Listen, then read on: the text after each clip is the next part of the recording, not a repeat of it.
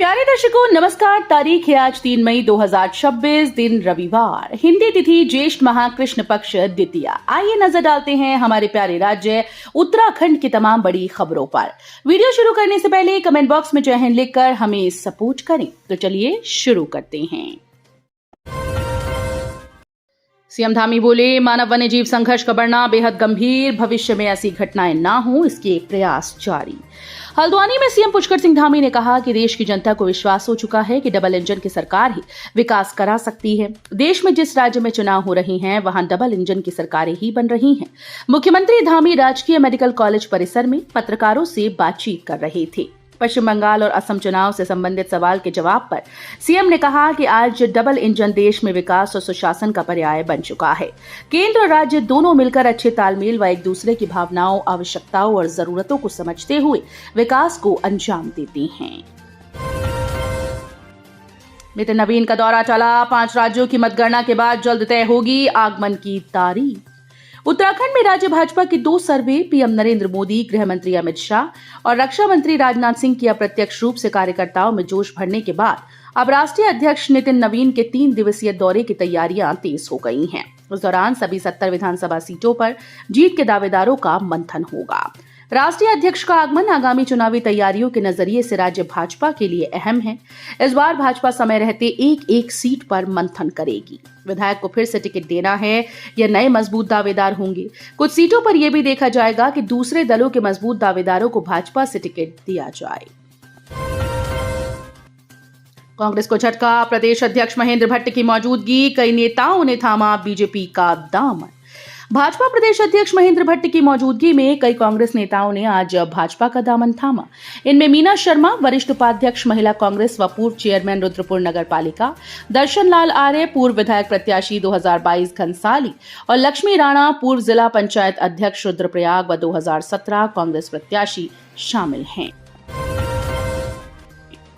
रामनगर और देहरादून के बीच सीधी रेल सेवा, सांसद अनिल बलूनी ने कहा जल्द होगी औपचारिक घोषणा। रामनगर और देहरादून के बीच सीधी रेल सेवा शुरू होगी।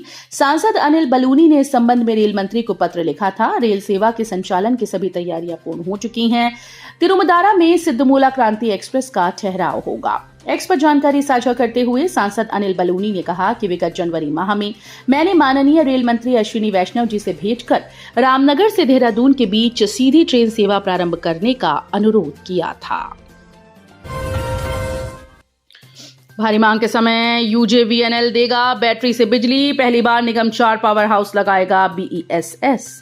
प्रदेश में बिजली की भारी मांग के समय में उत्तराखंड जल विद्युत निगम लिमिटेड 120 मेगावाट बिजली यूपीसीएल को उपलब्ध कराएगा। इसके लिए पहली बार निगम बैटरी एनर्जी स्टोरेज सिस्टम लगाने जा रहा है। इसकी टेंडर प्रक्रिया शुरू हो चुकी है।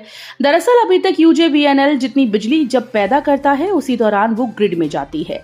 यूपीसीएल के पास दिन में बिजली की मांग तो कम होती है, लेकिन शाम को भारी मांग का समय होता है। इस दौरान भी यूजेवीएनएल अपने सामान्य समय की भांति बिजली उत्पादन करता है। राज्य में होगी हाथी, गुलदार और बंदरों की गणना, भारतीय वन्यजीव संस्थान का लिया जाएगा सहयोग। राज्य में वन विभाग हाथी, गुलदार, बंदरों का आकलन करेगा। इसके लिए विभाग भारतीय वन्यजीव संस्थान का सहयोग लेगा। वन महकमे के संस्थान के साथ बातचीत भी हो चुकी है। भारतीय वन्यजीव संस्थान ने अखिल भारतीय समन्वित हाथी आकलन 2023 की रिपोर्ट जारी की थी। ये डीएनए आधारित थी। ये तरीका पहली बार इस्तेमाल किया गया था। इसमें राज्य में 1792 हाथियों के होने का अनुमान लगाया था। राज्य में 2020 में हाथियों की संख्या 2026 थी। अब वन विभाग हाथियों की संख्या का आकलन देखकर डायरेक्ट काउंट करेगा। नैनीताल में निजी स्कूल की मनमानी पर सख्ती, 17 संस्थानों को नोटिस जारी। उत्तराखंड के नैनीताल जिला प्रशासन ने निजी विद्यालयों की मनमानी पर रोक लगाने के लिए सख्त कदम उठाए। शिक्षा महकमे ने हल्द्वानी, रामनगर, भीमताल क्षेत्र के 17 निजी विद्यालयों को नोटिस जारी कर दिया।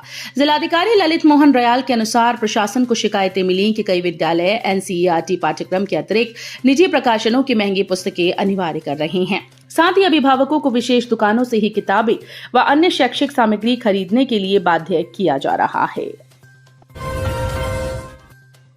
बीएड में 50% से कम अंक लाने पड़े भारी, उत्तराखंड में 10 शिक्षकों की गई सरकारी नौकरी। बीएड में निर्धारित 50% से कम अंक होने के बावजूद प्राथमिक शिक्षा विभाग में नियुक्ति पाने वाले शिक्षकों पर आखिरकार गाज गिर गई।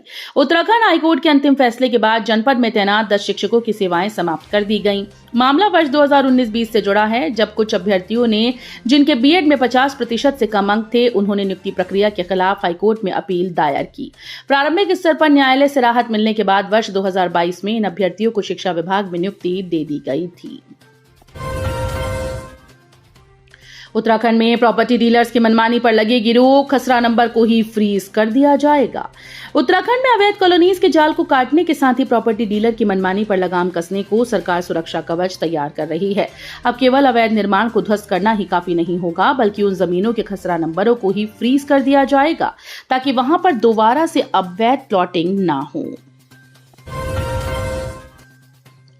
होटल बुकिंग वाले वाहनों को ही मिलेगा प्रवेश, अन्य पर्यटक को शटल सेवा से भेजा जा रहा नैनीताल। वीकेंड पर नैनीताल में बढ़ती पर्यटकों की भीड़ और यातायात दबाव को देखते हुए पुलिस ने ट्रैफिक व्यवस्था को लेकर सख्त कदम उठाए। शहर में केवल उन्हीं पर्यटकों के वाहनों को प्रवेश दिया जा रहा है जिनके पास पार्किंग की सुविधा वाले होटल्स की बुकिंग है, जबकि अन्य वाहनों को रूसी बाईपास और नारायण नगर स्थित अस्थायी पार्किंग स्थलों पर रोककर शटल सेवा के माध्यम से नैनीताल भेजा जा रहा है।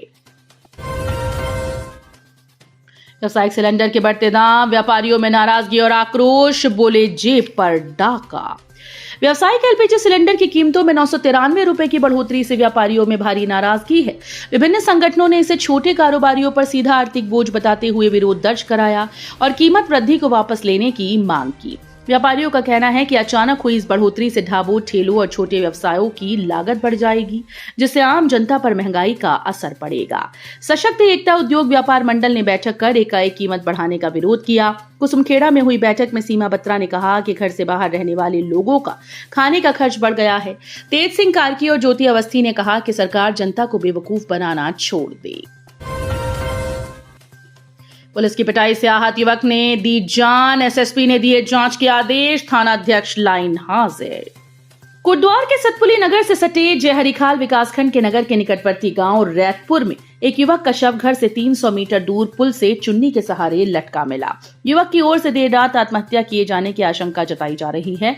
राहगीरों ने जयहरीखाल विकासखंड के भिताड़ा पुल पर हेलमेट पहने एक युवक का शव लटका देखा, जिसके बाद मौके पर पहुंची सतपुली पुलिस और स्थानीय ग्रामीणों ने शव की शिनाख्त पंकज कुमार 22 वर्षीय पुत्र प्रकाश चंद्र ग्राम रैतपुर के रूप में की। लक्ष्मण झूला के पास एक होटल में लगी आग, वेल्डिंग का काम करने के दौरान चिंगारी से हुआ हादसा। ऋषिकेश लक्ष्मण झूला के पास एक होटल में आग लग गई। होटल की ऊपरी मंजिल में कुछ कर्मचारी वेल्डिंग का काम कर रहे थे। वेल्डिंग की चिंगारी से छत पर बनी घास की हट ने आग पकड़ ली। मौके पर पहुंची दमकल टीम और होटल के अग्नि उपकरणों की मदद से आग पर काबू पाया गया। गनीमत रही कि जान का कोई नुकसान नहीं हुआ। तो ये थी उत्तराखंड की बड़ी खबरें। हम मिलेंगे अगले बुलेटिन में, तब तक के लिए धन्यवाद।